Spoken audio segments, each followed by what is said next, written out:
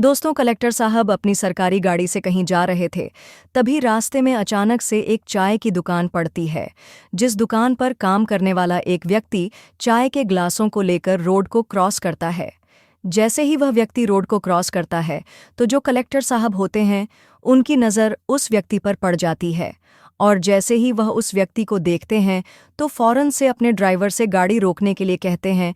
Driver गाड़ी रोक लेता है और कलेक्टर साहब उस गाड़ी में से उतरकर उस चाय की दुकान पर पहुंच जाते हैं, जहां पर वह व्यक्ति पहुंचा था। इसके बाद वह व्यक्ति, जिसने चाय के गिलास को लेकर रोड क्रॉस किया था, वह कलेक्टर साहब को देखता है तो एकदम से उसकी आंखें नम हो जाती हैं। इधर जो कलेक्टर साहब थे, उनकी आंखें भी नम हो गई थीं। वहीं पर उनका सिक्योरिटी गार्ड खड़ा हुआ था और सिक्योरिटी गार्ड ये सब कुछ देखकर थोड़ा सा घबराने लगता है। दोस्तों, कौन था वह व्यक्ति जिसे देखकर कलेक्टर साहब रोने लगे थे, और इन दोनों को देखकर सिक्योरिटी गार्ड क्यों घबराने लगा था?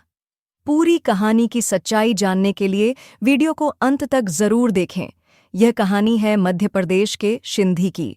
सिंधी के अंदर कुछ बच्चे यूपीएस एसएससी की तैयारी कर रहे थे, और उन्हीं में से एक लड़का होता है जिसका नाम होता है धर्मेंद्र।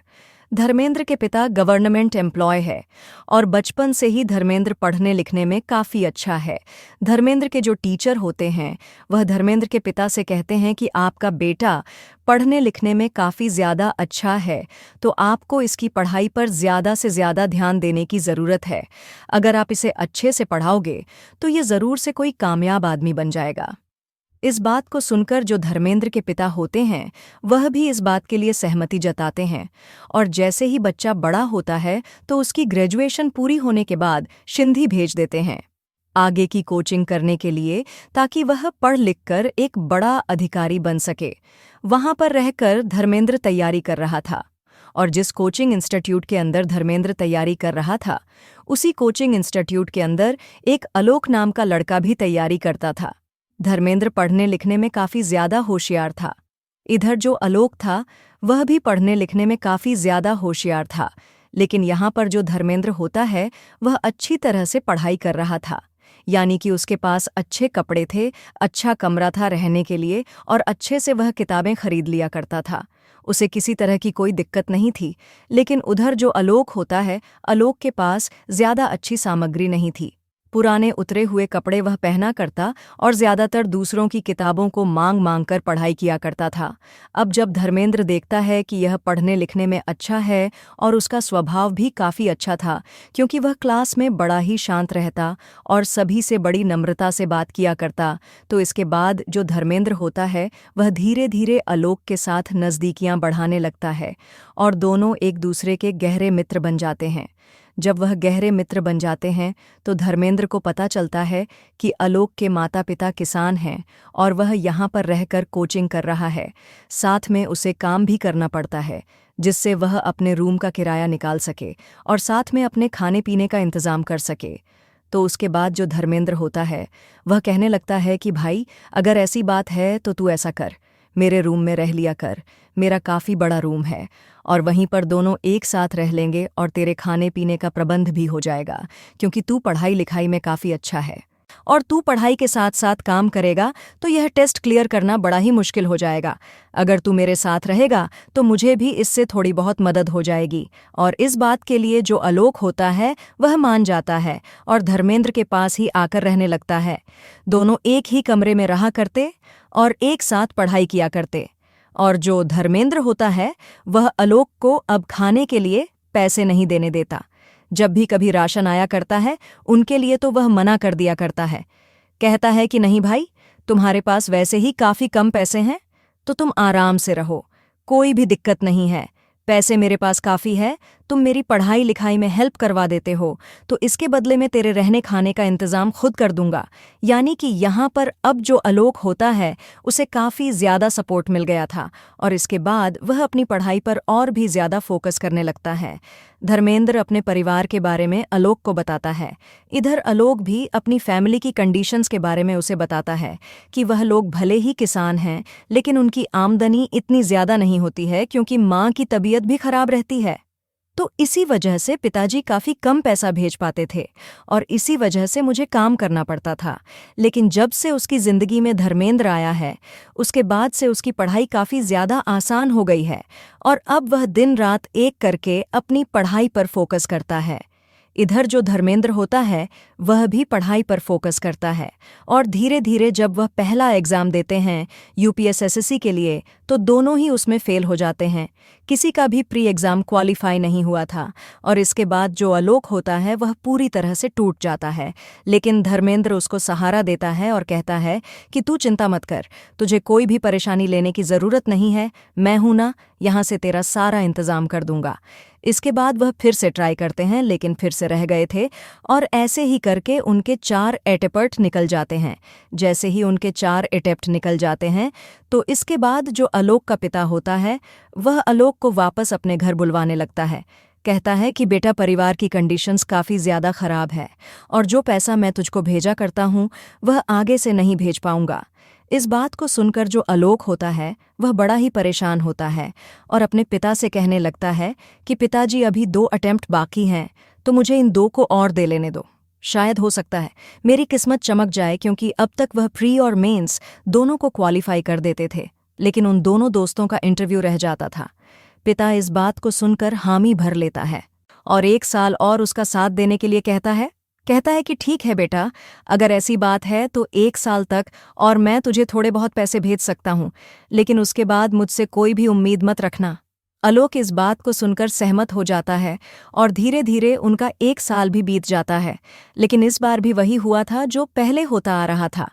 उन दोनों का प्री और मेंस दोनों क्वालिफाई हो गए थे, लेकिन इस बार भी वह लोग इंटरव्यू में रह गए थे। यानी कि पढ़ाई लिखाई तो उनकी काफ़ी अच्छी थी, लेकिन अभी उनकी किस्मत साथ नहीं दे रही थी और इसी बात को देखकर दोनों दोस्त बड़े हताश और उदास हो जाते हैं।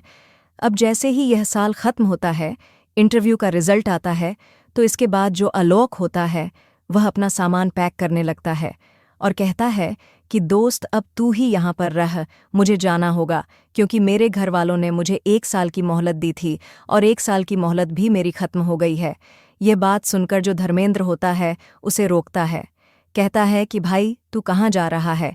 1 साल की ही तो बात है, हो सकता है शायद इस बार हम दोनों का नंबर बढ़ जाए, इस बार हम और भी ज़्यादा मेहनत करेंगे। लेकिन आलोक मना करता और कहता है कि नहीं, घर वालों ने मना कर दिया है कि अब वह मेरे ऊपर पैसे खर्च नहीं कर सकते और मुझे उनके पास जाना होगा। मेरी माँ की तबीयत भी खराब रहती है और पिताजी भी काफ़ी ज़्यादा परेशान रहते हैं। तो धर्मेंद्र उससे कहता है कि भाई, अगर ऐसी बात है तो तू घर वालों से कह दे कि अब वह तेरे लिए एक भी पैसा ना भेजें, यहाँ से मैं ही तुम्हारे लिए जुगाड़ कर दूंगा और तुम्हें घर वालों से पैसे मांगने की ज़रूरत नहीं है।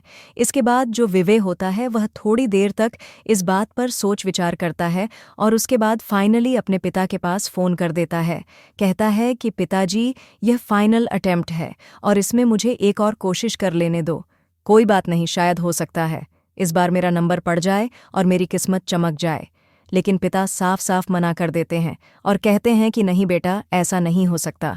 यहाँ पर तुम्हारी माँ की तबीयत काफ़ी ज़्यादा ख़राब है और परिवार की आर्थिक स्थिति काफ़ी ज़्यादा गड़बड़ हो गई है, तो तुम्हें वापस आना होगा, क्योंकि हम तुम्हारी पढ़ाई में अब और ज़्यादा पैसे नहीं लगा सकते। अब जो आलोक है वह अपने पिता से कहने लगता है कि पिताजी, आपको 1 भी रुपया नहीं भेजना है, मैं यहीं से इंतज़ाम कर लूँगा, लेकिन आप मुझे 1 साल दे दीजिए ताकि मैं अपनी किस्मत को आजमा सकूं और हो सकता है शायद मेरा सिलेक्शन हो जाए। तो पिता इस बारे में थोड़ी देर सोच विचार करते हैं और कहते हैं कि ठीक है बेटा, अगर ऐसी बात है तो तू एक बार और कोशिश करके देख ले। जैसे ही पिता ने हामी भरी थी तो उसके बाद आलोक के चेहरे पर अलग तरह की स्माइल आ गई थी और वह झट से अपने मित्र को गले लगा लेता है। अब इस साल की वह तैयारी करने लगते हैं और जैसे ही वह तैयारी करते हैं तो प्रीमस और इंटरव्यू तीनों हो जाते हैं, लेकिन अभी रिजल्ट आना बाकी था। दोनों दोस्त बड़ी उम्मीदों के साथ रिजल्ट की राह देख रहे थे और जैसे ही रिजल्ट आता है तो उसी दौरान जो धर्मेंद्र होता है उसका पूरी तरह से हौसला टूट जाता है, क्योंकि उसका इस बार भी रह गया था और यह उसका लास्ट अटेम्प्ट था। लेकिन जैसे ही वह आलोक के रिजल्ट को देखता है तो उसका दुख थोड़ा सा कम होता है, क्योंकि उसका वह मित्र, जिस मित्र के लिए वह काफ़ी ज़्यादा पैसे खर्च किया करता था, उसका क्लियर हो गया था और वह कलेक्टर बन गया था। आलोक भी इस बात से खुश होता है, लेकिन वह अपने दोस्त के उदास चेहरे को देखकर अपनी खुशी को सेलिब्रेट नहीं कर पाता है। तो इसके बाद जो धर्मेंद्र होता है उससे कहता है कि भाई कोई बात नहीं, तेरा हो गया है तो यह बड़ी अच्छी बात है, कम से कम तू तो बड़ा अधिकारी बन जाएगा।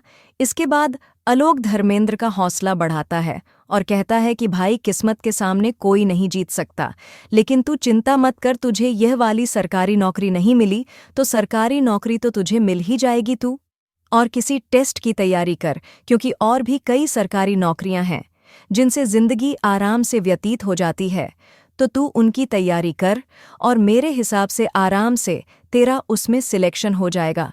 इसके बाद धर्मेंद्र भी अपने दोस्त की बातों को समझता है और कहता है कि हाँ भाई, तू सही कह रहा है और मुझे यही करना चाहिए। अब जो धर्मेंद्र होता है वहीं पर रहकर तैयारी करने का फैसला करता है। आलोक होता है, वह अपनी ट्रेनिंग के लिए चला जाता है। धर्मेंद्र यहाँ पर रहकर पढ़ाई करने लगता है, लेकिन जैसे 6 महीने होते हैं तो उसके बाद उसके पिता उसको धमकाने लगते हैं और कहते हैं कि तू कभी कामयाब नहीं होगा, इससे अच्छा तू यहाँ पर वापस आ जा और यहीं पर हमारे साथ रहने लग। लेकिन जो धर्मेंद्र होता है वह अपने पिता से साफ साफ बोल देता है कि पिताजी, मुझे तो यह सरकारी नौकरी ही लगानी है, भले ही मेरा उसमें सिलेक्शन नहीं हुआ हो, लेकिन मैं यहाँ पर कहीं ना कहीं कामयाब हो जाऊंगा। ऐसा करते हुए वह अपने पिता को 1 साल तक रुकने के लिए बोल देता है। लेकिन जैसे ही उसको वहां पर तैयारी करते हुए पूरे 1 साल पूरा होता है तो 1 साल बाद उसका पिता उसे पूरी तरह से मना कर देता है और कह देता है कि हम अब तुम्हारे लिए बिल्कुल भी खर्चा नहीं भेजेंगे, क्योंकि तुम्हारा छोटा भाई भी है, उसकी भी देखभाल करनी है और तुम्हारे ऊपर कब तक पैसे वेस्ट करेंगे। अब वह भी बड़ा हो गया है और तुम्हारे फ्यूचर के बारे में भी सोचना है। रामवीर उनसे कहता है कि कोई बात नहीं पिताजी, कुछ दिन की मोहलत और दे दो, लेकिन वह उसे साफ साफ मना कर देते हैं और कहते हैं कि जब तेरे भाग्य में सरकारी नौकरी है ही नहीं तो तू क्यों इसके पीछे पड़ा हुआ है। धर्मेंद्र जिद्दी था और वह कहने लगता है कि नहीं पिताजी, मैं ऐसे नाकाम होकर उस शहर में नहीं लौटूंगा जहां से मैं आया हूं। अगर वहां पर मैं नाकामयाब होकर गया तो लोग मेरे ऊपर तरह तरह की बातें बनाएंगे और यह बात मैं बिल्कुल भी सहन नहीं कर सकता। अगर मैं यहां से आऊंगा तो कामयाब होकर ही आऊंगा, वरना मैं यहां से वापस नहीं लौटूंगा। अब बेटा जब इस जिद को पकड़कर बैठता है तो पिता नाराज हो जाते हैं और कहने लगते हैं कि बेटा तू पागल तो नहीं हो गया है, अगर ये चीज़ नहीं हो रही है तो वहां से वापस आ जा, कुछ और काम देख लेना, ये कोई बड़ी बात थोड़ी ना है। लेकिन धर्मेंद्र उस जिद पर अड्डा हुआ था और इसके बाद जो धर्मेंद्र के पिता होते हैं वह उससे कह देते हैं कि ठीक है, जो तुझे अच्छा लगे वह कर ले, लेकिन हमसे कोई वास्ता रखने की ज़रूरत नहीं है। ऐसा कहकर जो धर्मेंद्र के पिता होते हैं वह उससे बात करने तक से मना कर देते हैं। लेकिन जो धर्मेंद्र होता है उसके दिल में यही था कि वह कहीं ना कहीं सरकारी नौकरी में ज़रूर लग जाएगा और इसीलिए वह मेहनत करता रहता है। लेकिन सभी टेस्टों की तरह यहाँ पर भी थोड़ी बहुत कमी रह जाती है और उसकी किस्मत नहीं चमक पाती है। अब तक तो धर्मेंद्र ने जैसे तैसे करके अपना गुजारा कर लिया था, लेकिन फिलहाल वह यहाँ पर अपना गुजारा तक भी नहीं कर पा रहा था और उसके पास पूरी तरह से पैसे खत्म हो गए थे। जो भी एक्स्ट्रा चीज़ें उसके पास थीं उन सभी को उन्हें बेच बेच कर अपनी तैयारी में लगा दिया था, लेकिन वह कामयाब नहीं हो पाया था।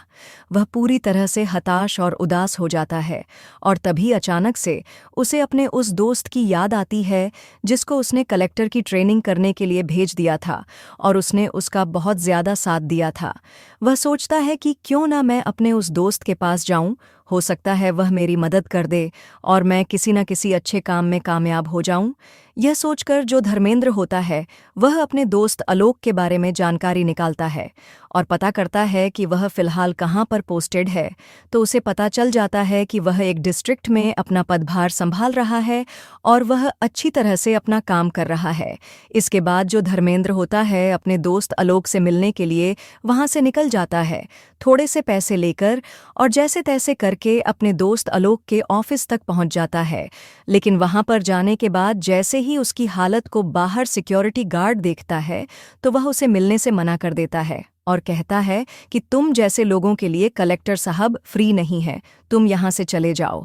अब इसके बाद जो धर्मेंद्र होता है सिक्योरिटी गार्ड की बात को सुनकर उसे कहने लगता है कि देखो, जो कलेक्टर साहब हैं वह मेरे दोस्त थे, मैं और वह दोनों एक साथ ही पड़े थे। लेकिन सिक्योरिटी गार्ड को इन बातों पर विश्वास नहीं होता है और वह उसे धक्का देकर वहां से भगा देता है। अब जो धर्मेंद्र होता है वह ऑफिस के बाहर ही बैठ जाता है और सोचने लगता है कि जब भी कलेक्टर साहब बाहर निकलेंगे तो एकदम से मैं उन्हें दिख जाऊंगा और उसके बाद वह मुझसे मिलने के लिए आ जाएंगे। धर्मेंद्र बाहर बैठा हुआ था और बाहर बैठकर अपने दोस्त के बारे में सोच रहा था कि किस तरह से वह दोनों एक दूसरे के साथ रहा करते थे। लेकिन आज यहाँ पर आलोक से उसे मिलने तक भी नहीं दिया जा रहा। इंतजार करते करते शाम हो जाती है और शाम के वक्त जैसे ही आलोक वहां से अपनी गाड़ी में निकलता है तो उसके बाद धर्मेंद्र उसकी गाड़ी की तरफ बढ़ता है। लेकिन आलोक ना तो उसे देख पाता है और ना ही अपनी गाड़ी रोकता है। आलोक सीधा वहां से निकल जाता है और इस बात को देखकर धर्मेंद्र को लगने लगता है कि आलोक अब कामयाब हो गया है तो वह मुझसे मिलना ही नहीं चाहता। ये बात देखकर उसे बड़ा धक्का लगता है कि उसका दोस्त उसके सामने से गया है लेकिन उसने उसे पहचाना तक भी नहीं। तो वह एकदम से वहीं पर बैठकर फूट फूट कर रोने लगता है। थोड़ी देर वहां पर रोने के बाद वह सोचता है कि इस तरह से समय व्यतीत नहीं होगा। अगर मुझे जिंदा रहना है तो कुछ न कुछ काम तो करना होगा। और ऐसे ही घूमते घूमते वह एक चाय की दुकान पर पहुंच जाता है जो कलेक्टर साहब के ऑफिस से महज 400 मीटर दूर थी। वहां पर जाने के बाद वह चाय वाले से कहने लगता है कि साहब अगर आपके यहाँ पर कोई काम हो तो मुझे काम दे दीजिए, क्योंकि फिलहाल धर्मेंद्र के पास एक भी रुपया नहीं था और उसके माता पिता भी उससे बात तक करने के लिए तैयार नहीं थे। तो वह सोचता कि क्यों ना चाय की दुकान पर काम करूं और यहाँ से कुछ पैसे कमा करके फिर मैं वापस चला जाऊंगा और फिर देखूंगा मुझे आगे क्या करना है। तो इसके बाद चाय वाला उससे पहले तो मना करता है, लेकिन जब वह बताता है कि उसके पास एक भी पैसा नहीं है और उसे वापस जाने के लिए पैसे चाहिए होंगे और इसी वजह से वह काम मांग रहा है, तो उसके बाद चाय वाला उसकी मदद करने के लिए तैयार हो जाता है और कहता है कि कोई बात नहीं बेटा, अगर ऐसी बात है तो यहाँ पर तुम काम कर लो और अगर तुम्हारा यहाँ पर कोई सहारा नहीं है तो रात के समय चाय की दुकान में ही सो जाना। चाय वाले अंकल ने उसे पूरा सहारा दिया था और इसके बाद जो धर्मेंद्र होता है चाय की दुकान पर काम करता है और रात के समय वहीं पर सो जाता है। लगभग 2-3 दिन लगातार उस दुकान पर काम करता है और पैसे कमा रहा था वापस जाने के लिए।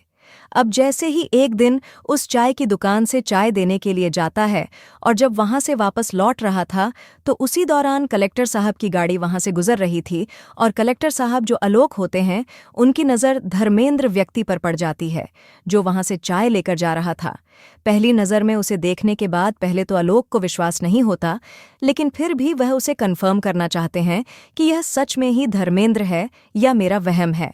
इसके बाद वह ड्राइवर से गाड़ी रोकने के लिए कहते हैं और अपनी खिड़की खोलकर गाड़ी से उतरने लगते हैं। अब जब सिक्योरिटी गार्ड यह देखता है कि कलेक्टर सब उतर रहे हैं तो वह भी उनके साथ साथ उतरता है और उनकी सुरक्षा के लिए उनके साथ साथ चलने लगता है।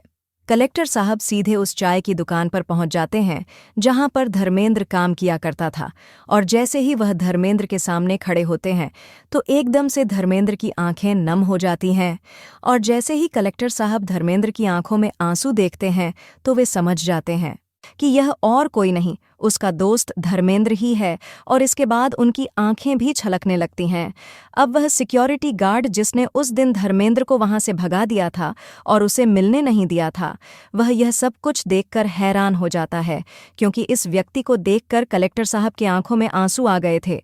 तो हो ना हो यह सच में ही उनका दोस्त था जो उनके साथ पढ़ता था और कलेक्टर साहब भी उसे अच्छी तरह से जाना पहचाना करते हैं। लेकिन वहीं पर उसने उससे मिलने से मना कर दिया था तो उसके पसीने छूटने लगते हैं। इसके बाद जो आलोक होता है एकदम से धर्मेंद्र को अपने गले से लगा लेता है। वहां पर चारों तरफ जितने भी लोग थे वह ये सब कुछ देखकर हैरान थे कि कलेक्टर साहब को ऐसा क्या हो गया जो चाय बनाने वाले को अपने गले से लगा लिया है। आखिर क्या कहानी है। इसके बाद आलोक धर्मेंद्र से कहने लगता है कि भाई तू यहाँ पर कैसे और तेरी ऐसी हालत कैसी हो गई। अगर ऐसी बात थी तो तू मुझसे मिलने के लिए आ सकता था, लेकिन तूने मुझसे मिलना उचित क्यों नहीं समझा। तो वह कहता है कि गया था मैं तुम्हारे पर, लेकिन तुम्हारे सिक्योरिटी गार्ड ने मुझे बाहर से धक्का देकर निकाल दिया था और मैं तुम्हारे के बाहर भी इंतजार कर रहा था कि जब मेरा दोस्त बाहर निकलेगा तो मुझे पहचान लेगा।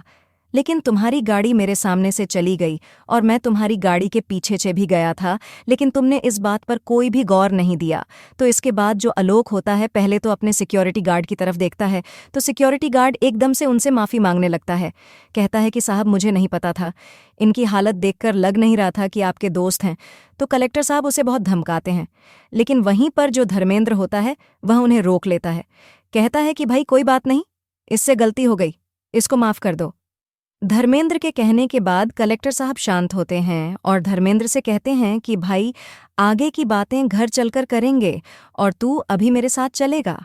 इसके बाद जो धर्मेंद्र होता है कलेक्टर साहब के साथ जाने लगता है और चाय वाला उन्हें जाता हुआ देखता है। वह सोचता है कि मैं तो इसकी बातों को वैसे ही समझ रहा था, क्योंकि अब तक धर्मेंद्र ने कई बार उसे बताया था कि यहाँ के जो कलेक्टर है वह और मैं एक साथ पढ़े थे और हम दोनों गहरे मित्र हैं।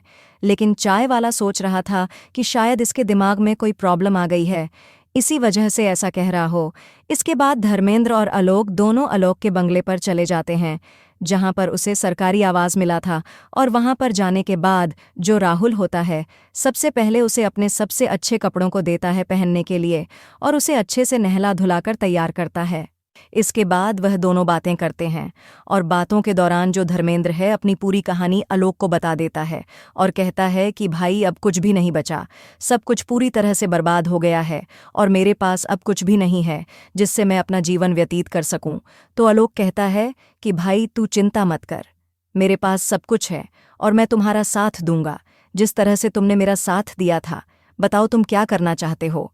तो धर्मेंद्र कहता है कि भाई मैं तो कामयाब होना चाहता हूँ, ताकि मेरे माता पिता जो मुझसे बात तक भी नहीं करते हैं वह मुझ पर गर्व महसूस करें और कहे कि बेटा तुमने हमारा नाम रोशन कर दिया। तो वह कहने लगता है तो फिर तू ऐसा कर, जहाँ पर हम पढ़ा करते थे वहीं पर एक कोचिंग सेंटर खोल ले, जहाँ पर तू बच्चों को पढ़ाएगा, क्योंकि नॉलेज तो तुम्हारे पास काफ़ी ज़्यादा है और इसी नॉलेज का इस्तेमाल करके तू कई बच्चों को उनके फ्यूचर तक पहुंचा सकता है और इसी काम को करने में तेरी भलाई। इसके बाद जो धर्मेंद्र होता है वह भी इस सलाह के लिए मान जाता है और वहीं पर सिंधी के अंदर जहां पर वह दोनों कोचिंग किया करते थे वहीं पर आलोक उसके लिए एक बिल्डिंग किराए पर लेता है, जिस बिल्डिंग का पूरा खर्चा वह खुद उठाता है और धर्मेंद्र को वहां पर बच्चों को पढ़ाने के लिए छोड़ देता है। गरीब बच्चों को वह फ्री में एजुकेशन दिया करते हैं और अच्छे से उनको पढ़ाया करते हैं। धर्मेंद्र के पढ़ाए हुए कई बच्चे बड़े बड़े अधिकारी बन जाते हैं और अब धर्मेंद्र भी अच्छा खासा पैसा कमाने लगा था। जब यह बात धर्मेंद्र के माता पिता को पता चलती है तो उन लोगों को अपने बेटे पर बड़ा ही गर्व होता है कि अगर यह खुद ही बड़ा अधिकारी बन जाता तो यह अकेला ही अपने फ्यूचर को संभाल सकता था, लेकिन इसने टीचर बनकर बहुत सारे गरीब बच्चों को उनके मुकाम तक पहुंचा दिया और लोग चारों तरफ धर्मेंद्र की वाहवाही किया करते थे। इसके बाद माता पिता भी उसके पास आते हैं और जैसे ही धर्मेंद्र अपने माता पिता को देखता है तो पूरी तरह से खुश हो जाता है और उनके पैर छूता है। पिता उससे माफ़ी मांगने लगता है, कहता है कि बेटा हमें माफ़ कर दो, हम तुझे गलत राह पर भेज रहे थे, लेकिन तेरी असल राह कुछ और ही थी। तो दोस्तों ये थी आज की कहानी। वीडियो अगर अच्छी लगी हो तो हमारे चैनल आयुषी राठौर को सब्सक्राइब ज़रूर करें और लाइक करें और कमेंट करके ज़रूर बताएगा कि ये कहानी आपको कैसी लगी। मिलते हैं एक नई कहानी के साथ, तब तक के लिए जय हिंद जय भारत।